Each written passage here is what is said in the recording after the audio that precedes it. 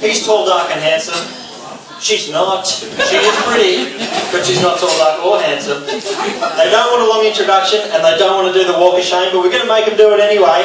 Ladies and gentlemen, it's Josh and Kirri.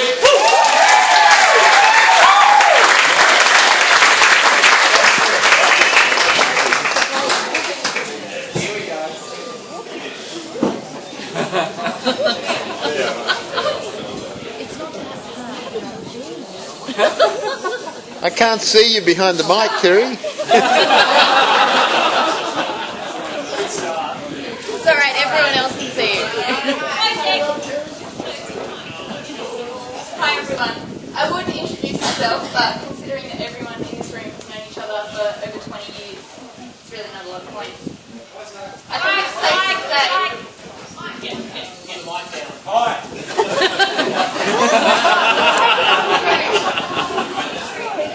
Are we good?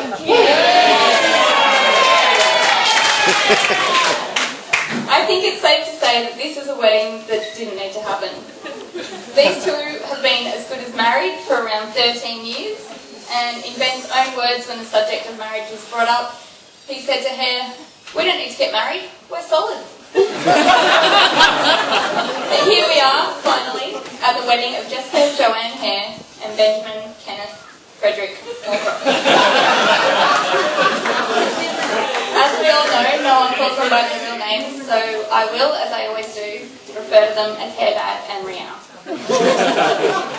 Hare and Riau have many friends, which goes to show how great they are at being friends.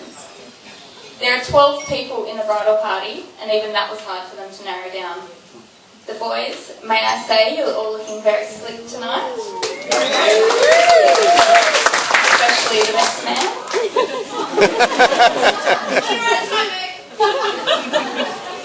And the ladies, a nice half dozen, a group of girls that would be there, rain, hail or shine, red wine, white wine or champagne. Now, I'm here to talk about the bride. Harebag and I have been friends for over 25 years. She is the most down-to-earth, real person that I know. Don't let all these sparkles fool you. She keeps me honest and she keeps me laughing, and I literally do not know what it's like not to have you in my life. Harebag, you really are above average. We don't actually remember how we met, but we think that we were sat next to each other on the first day of kindy. So with Hare by my side, I soon learned that she lived up the road from my house, proving that she met the only two requirements you need at the age of 5 for a new best friend. My first memory of Hare was standing in Mrs. Wrigley's classroom, looking at all the objects that people brought in for show and tell one day. There was one of the objects was a dead spider. 1 minute I'm looking at the spider, the next minute I'm looking at Hare, and this beautiful brown plait that she had started moving. So we did what any good 5-year-old girls would do, and we screamed. Hare was convinced that this spider laid eggs in her jacket, and she refused to wear it.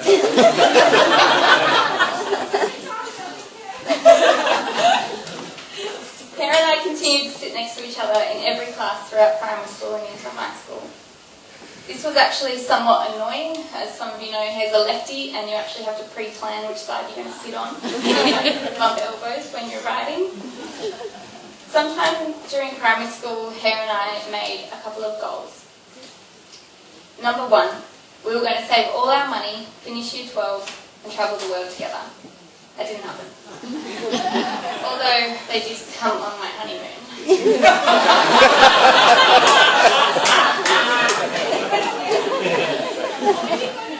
did come on my honeymoon. You're right. Settle down, Jess. Number 2, we were going to marry boys that were best friends. Now, I can't believe that this one actually happened. When I took Josh to meet Kirri out for the first time, as soon as we left, Hare called me and she said, "Ed, I think the boys know each other." I then knew that I'd found the man I was going to marry. It turned out that they'd known each other for nearly as long as we had, but that's a love story that I'll leave Josh to tell. It was one day in year 5 that Hare's life changed forever. It was announced to us that some kids from a local primary school were going to start at Canberra. Enter Ben. I can confirm and Richie Tyler. I can confirm that Hare did fall in love at first sight. I remember telling Mrs. Milgate that we had prefect duties and we'd sneak up to Mr. Giles' class just so we'd get a bit of a look at Ben.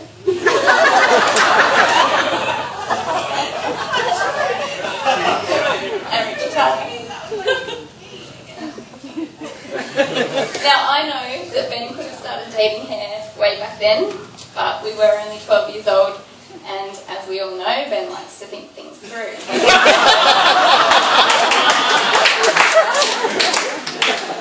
It wasn't until a party in Year 12, an entire 7 years later, that they hooked up, and when they were asked if they were going out, Hare just said yes. Shouldn't even ask Ben. Now, we've heard tonight how thoroughly Ben likes to think about things. He won't buy a toaster without reading every review that has ever been written.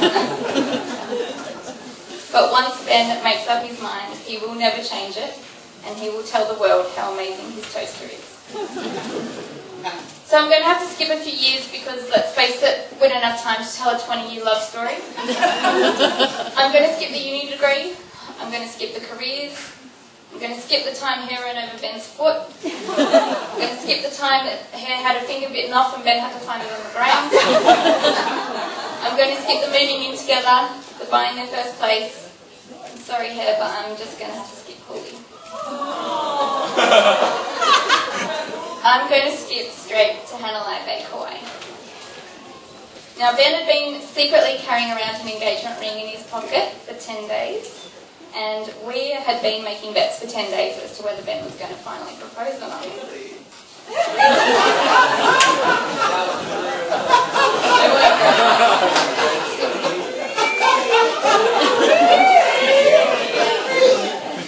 Now, there were 6 of us on this trip, so it was pretty hard for Ben to get Hare alone. But one day we did leave them alone. When we returned, Hare was making some ridiculous signal to me in the water.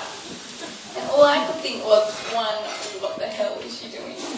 And 2, why is the sun reflecting off her finger? It was truly the happiest I've ever seen them both. They were finally engaged, and Ben could finally stop stressing about the diamonds in his pocket.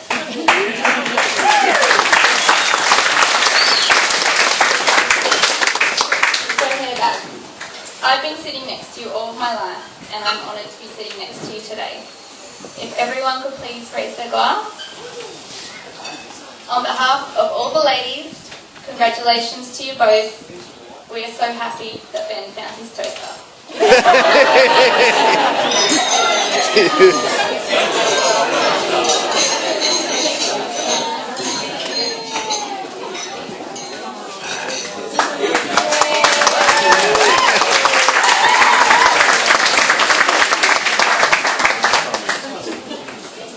Hey, what's going on?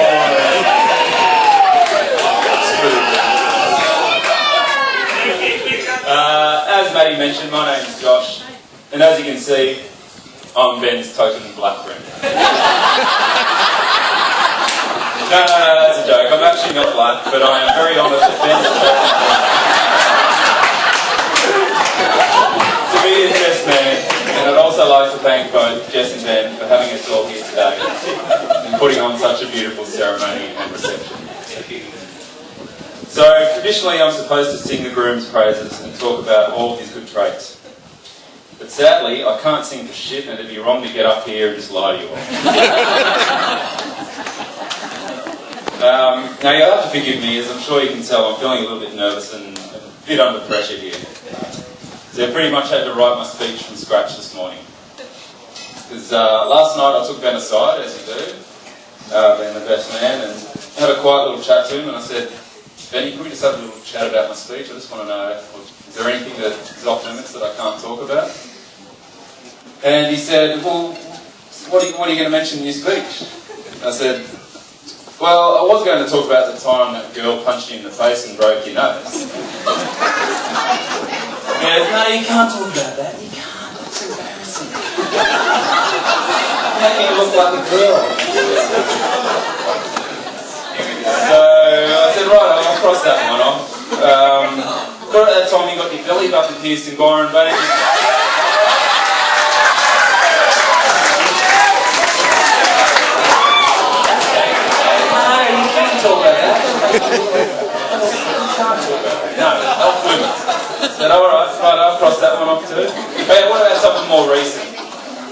bucks party. We dressed you up like a cat. What about we talk about when you went up to that group of girls and you made them scratch your tummy while you purred? How about that?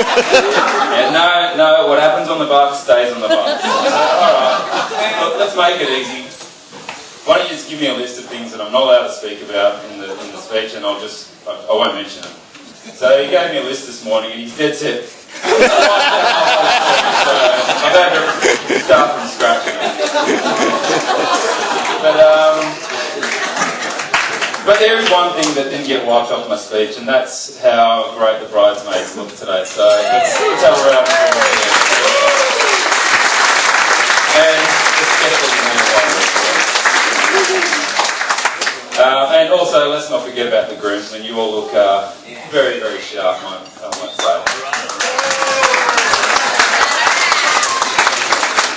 Now, I'm sure all the boys here have had a good little optic nerve with the bridesmaids, and with good reason too. They're a good-looking bunch of girls. But they're more than just a bit of eye candy. So what I've done, I found a bit of audio that sums up just how special and close this group of girls really is. The bridesmaids, 6 women whose friendship knows no boundaries. They share a bond that is so strong that no one could ever come between them. They're compassionate, loyal, non-judgmental, and respectful to one another. They're true friends who will stick by each other through all of life's challenges. They're honest with each other, even when it stings. They lend a shoulder to cry when they're sad. They lift each other up when they're down, and they will never ever abandon each other, no matter what life throws their way. The bridesmaids, true friends for life.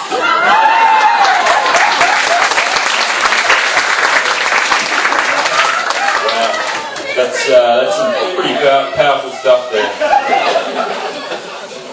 Now, I can't leave the groomsmen out, of course, so let's take a listen to a bit of audio I've found about the groomsmen. The groomsmen, or as I like to call it, the Benny United Party, are a mishmash of clowns, bullheads and muppets that wouldn't know shit from shoe polish. Most of the time, we find amusement by taking the piss out of each other, or photoshopping our mates' heads on them. Clumsy, dull, sick, creepy and belligerent are just some words that can be used to describe our simple group of blokes. But really, deep down, we're the 6 dudes trying to live the dream. The groomsmen, a few beers short of a 6-pack.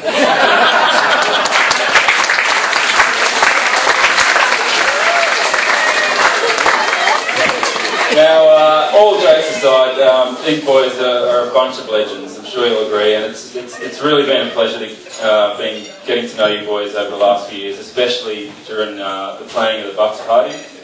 And I must say, we did a ripping and a tearing good job.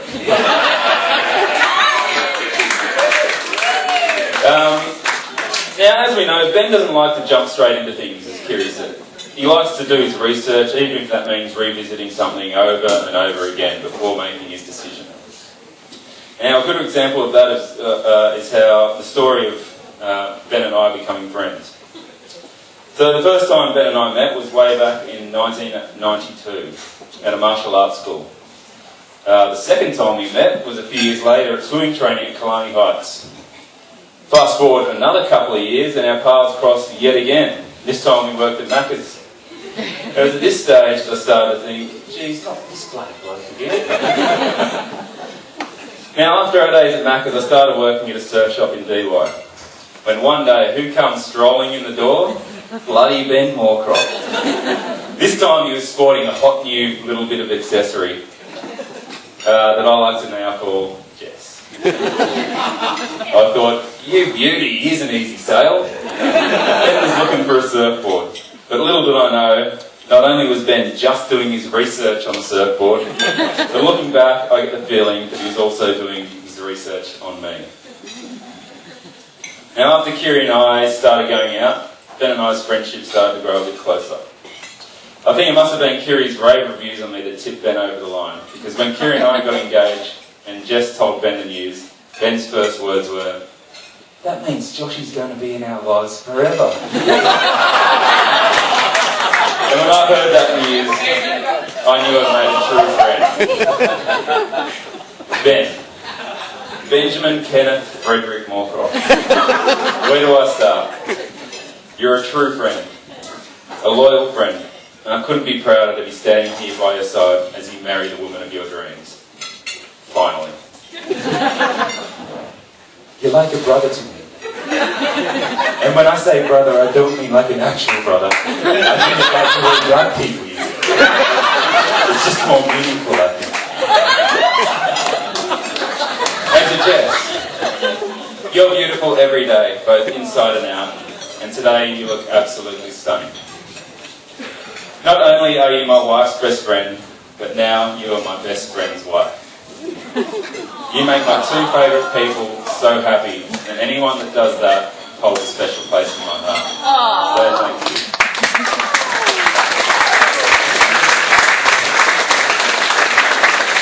Ben and Jess and Ben, Hairbag and Ria. We've travelled together, we've lived on your couch for 2 weeks straight. As Kirri said, we even shared our honeymoon with you. When we moved up north for 2 years, you brought Sydney to us by organising 14 of our best friends to come and visit us for the weekend as a surprise. Without knowing it, you helped us realise that you guys and Sydney are where our home is. Thank you for being the best friends Kirri and I could ever ask for. Congratulations, and from the bottom of our hearts, we love you.